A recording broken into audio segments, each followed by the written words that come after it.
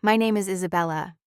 I am 17 years old, and last week my grandmother's lawyer called me into his office and slid a velvet box across the desk. "Your grandmother wanted you to have this," he said gently, opening it to reveal the most beautiful diamond ring I'd ever seen.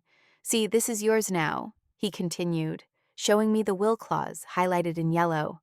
"She specified it goes to you on your 17th birthday. No one else can touch it. Mine." That was the word that mattered, not the appraisal document he showed me next. $850,000. $850,000. On my finger. A 3-carat diamond that had been in my family for 4 generations. Passed from grandmother to granddaughter, never sold, never pawned. Always kept as a symbol of women in our family being strong and independent. And my grandmother had chosen me to receive it next. "There's a clause," the lawyer continued. "Your mother, as your legal guardian, cannot sell, pawn, or otherwise dispose of this ring. It's held in trust for you until you turn 18, at which point it becomes yours completely. Until then, you can wear it, but your mother has no legal claim to it." I slipped it on my finger. It fit perfectly, like it was made for me. "Thank you," I whispered, thinking about my grandmother who died 3 months ago. The woman who'd raised me when my mom was too busy partying, who taught me to save money, to stand up for myself, to never depend on anyone else to take care of me. The lawyer's face was serious. "Isabella, I need you to understand something. Your grandmother added that clause specifically because she was worried about your mother. She wanted to make sure this ring stayed yours. Do you understand what I'm saying?" I understood. My mom had a history. Borrowing money and not paying it back, selling things that weren't hers, making promises she never kept. But this ring was mine, legally protected, safe, or so I thought, because 3 days later, I came home. From school to find my mom sitting at the kitchen table with a jeweler and my ring sitting on a velvet cloth between them, and the words that would change everything. "We can give you $400,000 cash today. That's our final offer." Do you want to know how watching my mom try to sell my inheritance turned into a 6-month legal battle that exposed her decade of financial crimes and landed her in prison? Stay to the end, and you'll see exactly how I turned one stolen ring into evidence that destroyed the life she'd built on lies. The first thing I said was, "That's my ring." My mom didn't even look up. "Go to your room, Isabella. Adults are talking." "That's my ring. Grandma left it to me. You can't sell it." The jeweler looked uncomfortable. "Ma'am, is there a question about ownership?" "No question," my mom said smoothly. "I'm her mother. I'm her legal guardian. The ring was left to the family, and I'm making a decision for our financial benefit. Isabella is 17. She doesn't get to make these decisions." "The will specifically says the ring goes to Isabella," I said, my voice shaking. "With a clause that you can't sell it. The lawyer told me. It's in trust." My mom's face hardened. The lawyer was mistaken. "Now go to your room before I ground you for a month." "I'm calling him right now." I pulled out my phone. My mom stood up fast, grabbed my wrist. "You're not calling anyone. Give me your phone." "No." "Isabella Marie, give me your phone right now." The jeweler stood up. "Ma'am, if there's a legal dispute about ownership, I can't proceed with this purchase. I need clear title." "There's no dispute," my mom snapped. "My daughter is being dramatic. The ring is mine to sell." I pulled my wrist free and ran to my room, slamming the door and locking it. Called the lawyer. He answered on the second ring. "Mr. Peterson's office. This is Isabella Rodriguez. My mom is trying to sell my grandmother's ring right now. There's a jeweler at our house. She says she has the right to sell it." "She absolutely does not. That ring is held in trust for you. I'll be there in 15 minutes. Do not let her leave the house with that ring." I hung up and pressed my ear to the door. Heard my mom's voice. 17-year-old doesn't understand the value. $400,000 could change our lives. We could pay off the house, get a new car. I still need to see documentation proving you have the legal right to sell, the jeweler said. I'll get the paperwork, just give me a few days to locate it. I can hold my offer for 48 hours, but I need proof of ownership. I heard the front door close, the jeweler leaving. Then my mom's footsteps coming toward my room, the doorknob rattling. Isabella, open this door. No. Open it right now or I'm removing it from the hinges. Mr. Peterson is coming. He's going to tell you the same thing I did. You can't sell my ring. Silence. Then, you called the lawyer? After I specifically told you not to? You were trying to steal from me. I'm your mother. I was making a decision for this family. That ring is worth more than you understand. We could use that money. It's not your money. It's not your ring. Grandma left it to me because she knew you'd try to sell it. I heard her sharp intake of breath, then footsteps walking away. I sat on my bed, heart hammering, and waited for Mr. Peterson to arrive. Looked down at my hand. The ring was still there, sparkling in the afternoon light. No, not still there.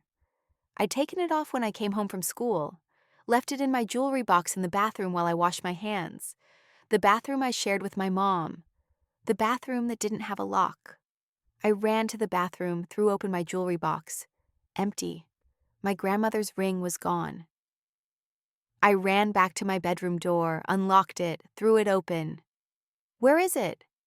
My mom was sitting on the couch, looking at her phone. Where is what? My ring. You took it from my bathroom?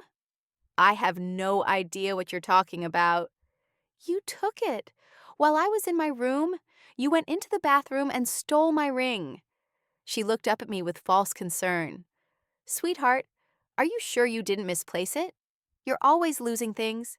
I don't lose things. You took it. I did no such thing. Maybe you should check your room more carefully. The doorbell rang. Mr. Peterson. I let him in, tears streaming down my face. She took it. While I was on the phone with you. She went into the bathroom and took the ring from my jewelry box. Mr. Peterson's face went hard. Mrs. Rodriguez, where is Isabella's ring? I'm sure I don't know what she's talking about. Isabella is prone to dramatics. She probably misplaced it and is blaming me. That ring is legally Isabella's property, held in trust until her 18th birthday. If you've taken it, that's theft. I can call the police right now. My mom's expression didn't change. Call them if you want. I haven't taken anything. Search the house if you don't believe me. Mr. Peterson looked at me. Do you consent to a search? Yes. Search everything. We spent 20 minutes going through the house. My mom's room, her closet, her car, the garage. Nothing. She must have hidden it somewhere else, I said desperately. Or given it to someone. The jeweler, maybe she gave it to him. I'll call him, Mr. Peterson said. He stepped outside, came back 5 minutes later shaking his head. The jeweler says he left without any ring. He never had possession of it. My mom smiled sympathetically. I'm sorry, Mr. Peterson, but I think Isabella has simply misplaced her grandmother's ring. I'm sure it will turn up. Teenagers are forgetful. I'm not forgetful. You stole it. Isabella, I understand you're upset, but accusing your mother of theft is inappropriate. Mr. Peterson, I think we're done here. The lawyer looked at me, then at my mom, then back at me. I'm filing a police report. Even if we can't find the ring right now, there's a pattern here that needs to be documented. File whatever you want, my mom said coolly. I've done nothing wrong. After Mr. Peterson left, my mom turned to me. I hope you're happy. You've embarrassed this family, accused your own mother of being a thief, and caused unnecessary drama over a piece of jewelry. It's not just jewelry. It's Grandma's legacy. She wanted me to have it. Your grandmother was a bitter old woman who turned you against me. That ring should have been mine. I'm her daughter. But she skipped me and gave it to you out of spite. She gave it to me because she knew you'd sell it. My mom's face twisted. Get out of my sight before I say something I regret. I went to my room, closed the door, and started documenting everything. Because if my mom thought she could steal my inheritance and get away with it, she was about to learn that 17-year-olds have cameras recording apps and a grandmother who taught them to fight back. I called Mr. Peterson back from my room, speaking quietly so my mom wouldn't hear. I want to file charges for theft. I don't care if we can't find the ring yet. She took it, and I know it. The police will need evidence, Isabella. Without the ring, without proof she took it, it's very difficult. What if I can prove she was planning to sell it? I heard her talking to the jeweler. She said $400,000. I can testify to that conversation. That's useful, but we need more. Do you have any idea where she might have hidden it? I thought about it. She has a safety deposit box at the bank. I've seen the key in her drawer. Does she know you know about it? I don't think so. Don't mention it. If the ring is there, we need a court order to search it. I'll file for an emergency hearing. In the meantime, document everything. Write down the exact conversation you heard, the timeline, everything you remember. I spent the next 2 hours writing out every detail. 3:45 p.m. Came home from school, took off ring, left it in bathroom jewelry box. 3:50 p.m. Went to my room. 4:00 p.m. Came out, found mom with jeweler. Jeweler's description: male, 50s, gray hair, glasses, briefcase with Davidson jewelry logo. Mom's words: we can get $400,000 cash today. My confrontation: call to Mr. Peterson. Discovery ring was missing. Mom's denial. Then I did something my grandmother had taught me. I started digging into my mom's financial history. Found credit card statements in her desk drawer. She wasn't good at hiding things from me, just from other adults. What I found made my hands shake. Charges to pawn shops, cash advances, jewelry appraisals, and a pattern going back years. I screenshot everything with my phone, uploaded it to 3 cloud accounts. Then I found something else. A receipt from 2 years ago. Estate jewelry sale, $125,000. My grandmother's sister had died 2 years ago. Left my mom some jewelry in her will. Jewelry that was supposed to be kept in the family. My mom had sold it. I kept digging, found more receipts, more sales, more items that should have been kept as family heirlooms, all sold for cash.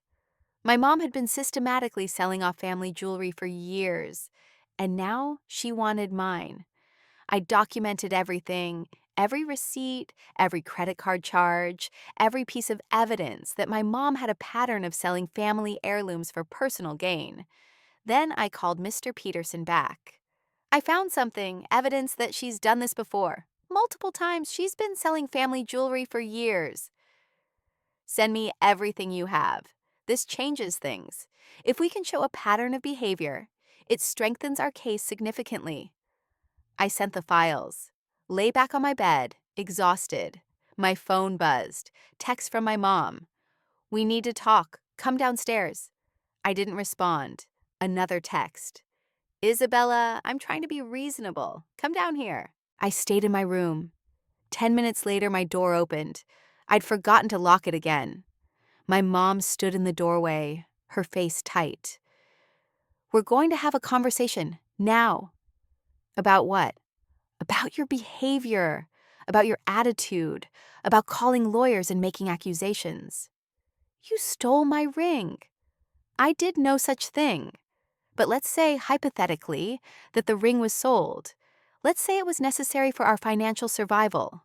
Would you really put your own selfishness above your family's well-being? So you admit you took it. I'm speaking hypothetically. You took it, you sold it, or you're planning to sell it, and that's theft. My mom's expression hardened. That ring was wasted on you. You don't understand its value. You would have lost it or damaged it within a year. I made a smart financial decision. It wasn't yours to make decisions about. I'm your mother.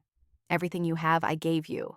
This house, your food, your clothes, your education. You think a ring makes you independent? You think a piece of jewelry means you don't owe me? I don't owe you for doing the bare minimum that parents are legally required to do. Her hand moved so fast I barely saw it. The slap across my face echoed in the room. I touched my cheek, stunned. My mom looked shocked at herself. Isabella, I grabbed my phone, pushed past her, and ran out of the house. Called Mr. Peterson while walking down the street. She admitted it. She said the ring was wasted on me, and that she made a smart financial decision. Then she slapped me when I called her out. Where are you now? Walking. I left the house. I'm picking you up. Text me your location. Don't go back there tonight. Mr. Peterson picked me up at the corner of Maple and 5th, 20 minutes after I'd fled my house. His wife Sarah was in the passenger seat, her face full of concern. Let me see your face, she said gently as I got in the back seat. I turned toward her. My cheek was still red, hot to the touch. She took a photo with her phone. For evidence? I'm sorry, sweetheart. No one should have to document their own abuse. Is it abuse if it only happened once? I asked quietly. Yes, Mr. Peterson said from the driver's seat. Absolutely yes. And given what she's already done, the theft, the lies, this is part of a pattern of treating you as something she owns, rather than someone she should protect. We drove to their house, a modest 2-story in a quiet neighborhood. Sarah made me tea while Mr. Peterson made phone calls. I sat at their kitchen table, listening to fragments of his conversations. Emergency hearing, minor child, theft of inherited property, assault? Yes, I'm willing to provide temporary housing. Tomorrow morning, if possible. When he hung up, he sat across from me. We have a hearing at 9 a.m. tomorrow. Judge Morrison is taking this seriously. We're requesting an emergency order to search your mother's safety deposit box plus a temporary restraining order to keep you safe. What happens to me until then? You stay here. Sarah and I are licensed emergency foster care providers. We've done this before. You're safe. That night, lying in their guest room, I couldn't sleep, kept thinking about the ring, about my grandmother slipping it on my finger when I was 12, saying, someday, mija, this will be yours. It means you're strong. It means you don't need anyone to save you. You save yourself. I'd saved myself by running, by calling for help, by refusing to pretend everything was fine. But I still didn't have the ring back. I pulled out my phone and opened the photos I'd taken of the receipts from my mom's desk, studied them in the dark. One caught my eye, a receipt from Davidson Jewelry, the same jeweler who'd been at our house, dated 3 days ago, the day after I'd received the ring. Appraisal and purchase agreement, estate ring, 3-carat diamond, platinum setting. Friesiarfirm, value, $850,000. Offered price, $400,000. Deposit paid upon agreement, $100,000. Balance due upon clear title verification. My mom hadn't just been planning to sell the ring. She'd already sold it. She'd taken a $100,000 deposit and promised to deliver the ring once she could prove she had the right to sell it, which meant she'd been lying when she said the jeweler had left without the ring.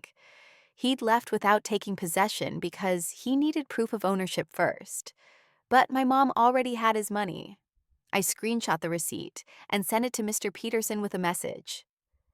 Found this in the photos I took of Mom's desk. She already took $100K from the jeweler. She sold my ring before it was even mine for 24 hours. He responded immediately, "This is fraud.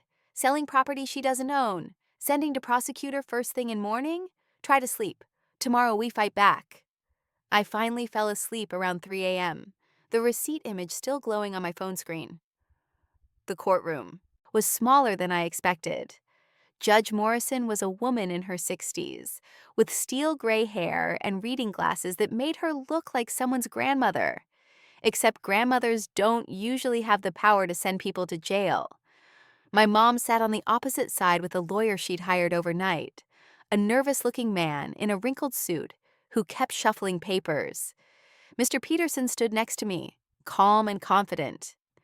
"Ms. Rodriguez," the judge began, looking at my mom, "you're here regarding allegations that you stole a ring from your daughter, assaulted her, and fraudulently sold property you don't own. How do you plead?" My mom's lawyer stood. Your Honor, my client maintains that there was a misunderstanding about ownership of the ring in question. As the minor child's legal guardian, Mrs. Rodriguez believed she had authority to make decisions regarding valuable property. The will was very clear, Mr. Peterson interrupted. The ring was left to Isabella Rodriguez, held in trust until her 18th birthday, with explicit language prohibiting the mother from selling or disposing of the ring. There was no misunderstanding. There was theft. Judge Morrison looked at the will documents. Read in silence for 2 minutes. This language is unambiguous. The ring shall pass to Isabella Rodriguez on her 17th birthday, to be held in trust until age 18, at which point full ownership transfers to her. Guardian shall have no authority to sell, pawn, or otherwise dispose of said ring. Did you read this clause, Mrs. Rodriguez? My mom's voice was tight. I read it, but I'm her mother. I should have some say in decisions about $850,000 worth of jewelry. You have no say. The will is clear. Did you take this ring from your daughter's possession? Long pause. I moved it to a safe location. For security purposes. Without her knowledge or consent? She's 17. She doesn't understand the risks of wearing such valuable jewelry to school. Where is the ring now? My mom glanced at her lawyer. He whispered something to her. In a secure location. Your safety deposit box? Mr. Peterson asked. My mom's face went pale. I don't know what you're talking about. Mr. Peterson handed the judge a document. Bank records showing Mrs. Rodriguez has a safety deposit box at First National. We're requesting a court order to search it. On what grounds? My mom's lawyer objected. On the grounds that she admitted moving the ring to a secure location and has refused to return it to its rightful owner. Your Honor, we also have evidence that Mrs. Rodriguez entered into a fraudulent sale agreement with a jeweler, accepting a $100,000 deposit for a ring she has no legal right to sell. He handed the judge a copy of the receipt I'd photographed. Judge Morrison's eyebrows went up. You took a deposit for property you don't own? Your Honor, that was a preliminary agreement pending verification of ownership. You had already been told by the estate attorney that you have no ownership rights. You knew the ring belonged to your daughter, yet you took $100,000 from a buyer anyway. That's fraud. My mom started to respond. The judge held up her hand. I'm granting the emergency search order. Court deputy will accompany Mrs. Rodriguez to the bank immediately to open her safety deposit box. If the ring is found, it will be returned to Isabella Rodriguez and held in secure trust, pending her 18th birthday. I'm also granting a temporary restraining order. Mrs. Rodriguez, you are not to contact your daughter or come within 500 feet of her until the next hearing. Your Honor, she's my daughter. I have custody. You assaulted her. You stole from her. Custody is suspended pending investigation by Child Protective Services. Isabella will remain in temporary foster care with Mr. and Mrs. Peterson. This is insane! Over a ring? Over theft, fraud, and assault, Judge Morrison said, coldly. Court deputy, please escort Mrs. Rodriguez to First National Bank immediately. This hearing is continued pending the results of that search. Dismissed. We went to the bank, all of us, me, Mr. Peterson, my mom and her lawyer, the court deputy, and Judge Morrison herself, who wanted to personally oversee the search. The bank manager looked terrified when we all walked in, and the deputy explained the court order. Of course, Your Honor. Mrs. Rodriguez, if you'll follow me to the vault. My mom's hands shook as she signed in, as the manager led us to the safety deposit room, as she pulled out her key with trembling fingers. The manager used the bank's key. My mom used hers. The long metal box slid out. My mom reached for it. The deputy stopped her. I'll handle it, ma'am. He opened the box. Inside, sitting on top of several envelopes and documents, was my grandmother's ring. The diamond caught the fluorescent light, sparkling like it was mocking my mom's lies. Is this the ring in question? Judge Morrison asked me. I couldn't speak, just nodded. The deputy carefully lifted it out, placed it in an evidence bag, handed it to the judge. This will be held in court custody until Isabella's 18th birthday, at which point full ownership transfers. Mrs. Rodriguez, you have no further claim to this item. Then the deputy kept searching the box. Found more jewelry, pieces I recognized from photos in my grandmother's house. What are these? Judge Morrison asked. My mom's lawyer spoke up. Those are my client's personal property. Actually, I said, my voice shaking, I think some of that belonged to my great-aunt Maria. She died 2 years ago. Left jewelry to my mom with the stipulation it stay in the family. But Mom sold most of it. Mr. Peterson pulled out the receipt I'd photographed. We have evidence of Mrs. Rodriguez selling $125,000 worth of estate jewelry that was supposed to be preserved. The deputy laid out the pieces: a necklace, earrings, a bracelet. These were in the inventory of Maria Rodriguez's estate, Mr. Peterson confirmed, listed as family heirlooms to be preserved. Judge Morrison looked at my mom. You were supposed to preserve these? I kept some of them and sold the others for cash. Do you have other family members who were supposed to inherit portions of this jewelry? My mom didn't answer. The deputy found more envelopes, opened them. Cash, stacks of $100 bills. How much is here? Judge Morrison asked. The deputy counted. $87,000. Where did this money come from, Mrs. Rodriguez? My mom's lawyer whispered to her urgently. She shook her head. I'm not answering without speaking to my attorney privately. That's your right. But this safety deposit box now contains evidence of multiple potential crimes. I'm ordering everything in this box seized pending investigation. Judge Morrison looked at me. Isabella, I want you to work with Mr. Peterson to identify which items in this box were supposed to be family heirlooms. We'll determine if there are other victims. As we left the bank, my mom turned to me. Her face was a mix of rage and desperation. You destroyed our family over a piece of jewelry. You destroyed it when you decided to steal from your own daughter. I'm your mother. I fed you, housed you, clothed you for 17 years. That's what parents are required to do. It doesn't give you the right to steal from me. The deputy stepped between us. Ma'am, you're violating the restraining order by speaking to her. Step back. My mom stepped back, but her eyes stayed on me. You'll regret this.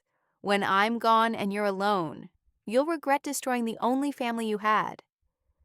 I didn't destroy anything, I said quietly. You did that all by yourself. The investigation moved faster than anyone expected.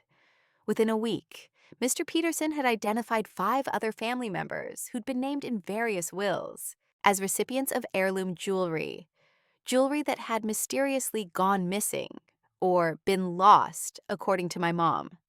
My cousin Teresa was supposed to inherit her grandmother's pearl necklace. My mom had sold it for $15,000. My uncle's daughter was supposed to get a sapphire bracelet, sold for $22,000. My great-uncle's son was supposed to receive a gold pocket watch, sold for $8,000. Pattern after pattern of my mom being named as estate executor, taking possession of heirloom jewelry for safekeeping, then selling it and pocketing the money. Total theft over 10 years, $340,000, all of it documented in receipts she'd kept in that safety deposit box, apparently believing she was so clever that no one would ever find out. The prosecutor filed criminal charges: theft from estate, 7 counts, fraud, 5 counts, theft from minor, me, 1 count, assault, 1 count, grand larceny, 3 counts. Bail was set at $150,000. My mom couldn't make it, sat in jail for 2 months before trial. Meanwhile, I lived with the Petersons, went to school, did homework, tried to process that my mother was in jail because she couldn't stop stealing from her own family. Sarah Peterson was kind in a way my mom never had been. She asked about my day, helped with homework, made me tea when I couldn't sleep. You did the right thing, she told me one night when I was crying, feeling guilty despite everything. I know it hurts. I know she's your mom. But what she did was wrong, and you protected yourself. That's brave. It doesn't feel brave. It feels like I destroyed everything.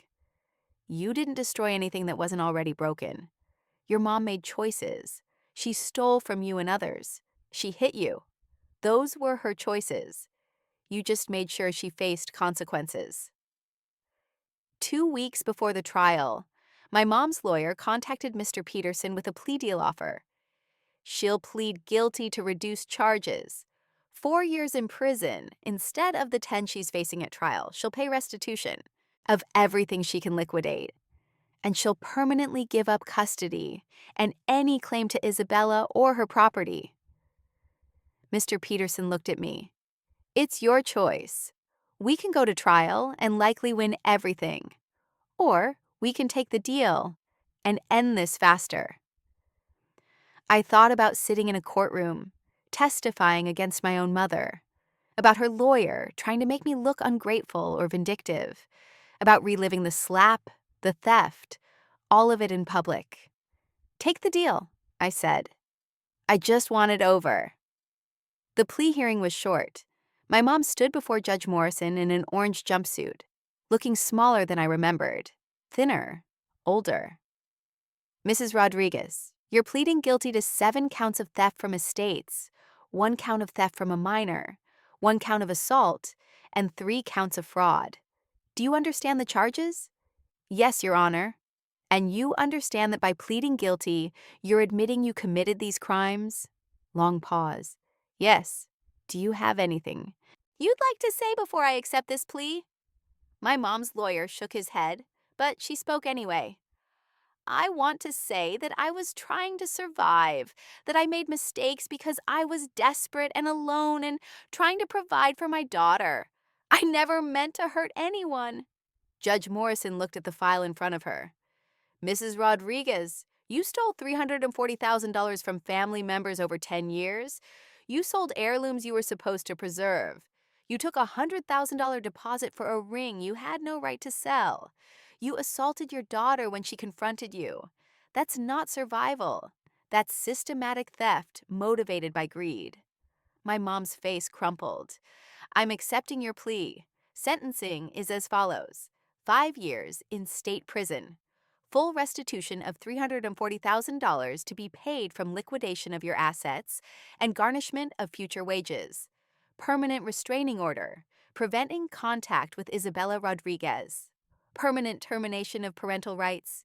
You will have no custody, no visitation, no contact, unless Isabella initiates it after turning 18. Your Honor, please. You stole from your own daughter, Mrs. Rodriguez. You stole from grieving family members who trusted you. You violated that trust for a decade. 5 years is generous considering the damage you've caused. The deputy led my mom away. She looked back at me once. I looked away. The asset liquidation took 3 months. Everything my mom owned was sold to pay restitution. The house, $180,000 after mortgage paid off. Her car, $12,000. Furniture and belongings at auction, $8,000. Her retirement account, $22,000. The $87,000 cash from the safety deposit box. Total recovered, $309,000 of the $340,000 stolen. The remaining $31,000 would come from wage garnishment, 25% of anything she earned in prison and after release. The money was divided among all the victims proportionally based on what each person should have inherited. I received my grandmother's ring, returned to me on my ring. 18th birthday. $850 is my portion of the recovered funds. My ring had never actually been sold, so I was owed less. Full ownership of the ring with no restrictions. My cousin Teresa got $15,000. The value of the pearl necklace. Uncle's daughter got $22,000. The sapphire bracelet value, and so on. Justice in cash and returned heirlooms. My 18th birthday fell 4 months after my mom's sentencing. The Petersons threw me a small party. Just a few friends from school, cake, presents, and Mr. Peterson handed me a velvet box. From the court, officially yours now. I opened it. My grandmother's ring sparkled up at me, looking exactly as beautiful as the day she'd first shown it to me when I was 12. I slipped it on my finger. still fit perfectly. "Your grandmother would be proud," Sarah Peterson said softly. "I wish she was here." "She is, in that ring, in the strength she taught you, in the fact that you stood up for yourself when it would have been easier to stay silent." That night, I looked up the value of the ring again. $850,000. Enough for 4 years of college with the money left over. I could sell it, use the money, build a future. But every time I looked at it, I saw my grandmother's hands, heard her voice. "This means you're strong. You don't need anyone to save you. You save yourself." I decided to keep it. Maybe sell one of the smaller stones someday if I really needed tuition money. But keep the ring intact. Keep the tradition alive. Because it wasn't about the money. It was about knowing that I came from a line of strong women who looked out for each other, who protected each other, who refused to let anyone diminish them. And I'd honored that legacy by refusing to let my mom steal it. It's been 2 years since my mom slapped me, and I ran out of the house with nothing but my phone. I'm 19 now, finishing my freshman year at State University. The Petersons helped me with financial aid applications, FAFSA, scholarships. I'm paying for school through a combination of grants, loans, and work study. I haven't touched the ring's value. It sits in a safety deposit box at my bank. My box, my key.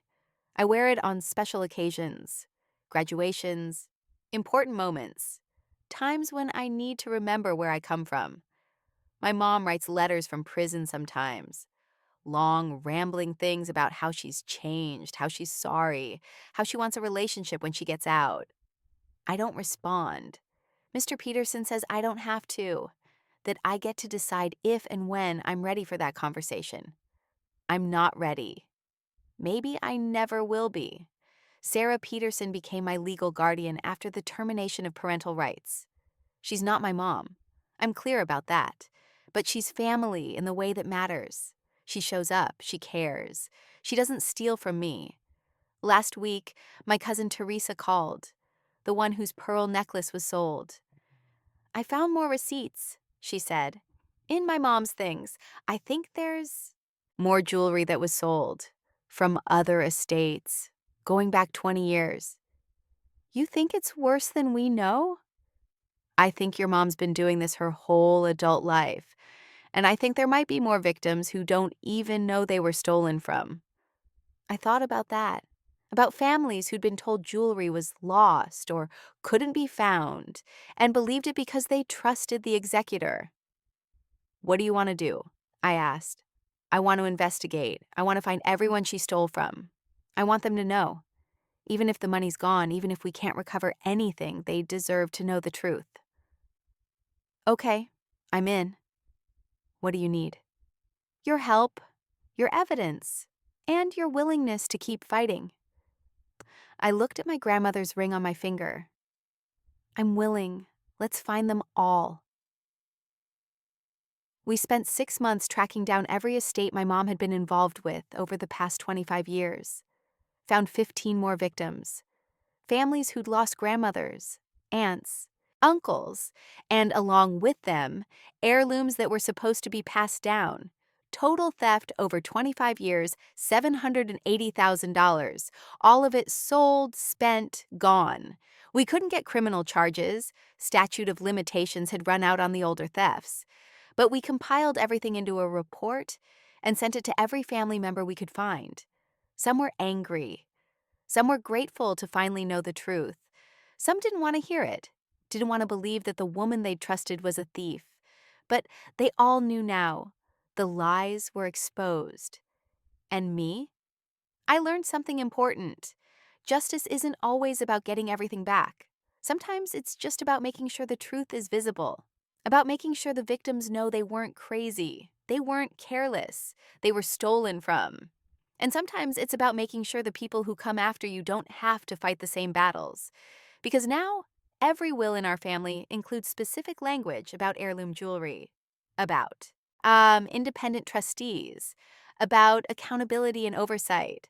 My mom's theft taught our family to protect itself better. That's a kind of justice, too. Last month, I got accepted to law school, family law specifically, estate planning, and elder abuse prevention.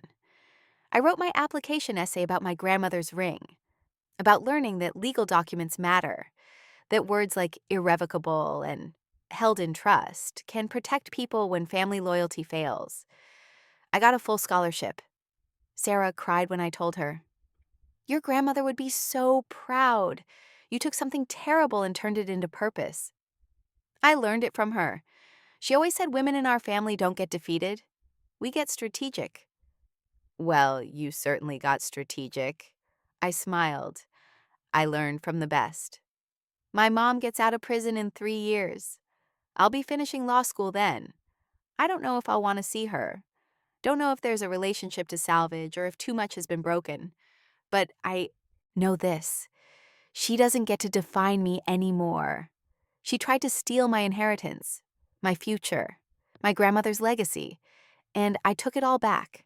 Not just the ring, but the lesson that came with it, that I'm strong, that I don't need anyone to save me, that I save myself, and now I'll spend my career helping other people save themselves too. If this story resonated with you, drop a comment about where you're watching from. And if someone in your family is pressuring you to give up an inheritance or heirloom for the good of the family, get documentation. Talk to a lawyer. Don't let anyone make you feel guilty for protecting what's legally yours. Subscribe for more stories, because sometimes the people who are supposed to protect your legacy are the ones stealing it. And sometimes the bravest thing a teenager can do is refuse to let theft hide behind the word family. My name is Isabella. I'm 19 years old, and I'm the girl who turned one stolen ring into a law school, scholarship, and a mission to protect other people's inheritances. My grandmother left me more than jewelry. She left me the knowledge that I'm worth fighting for, and no one can ever steal that.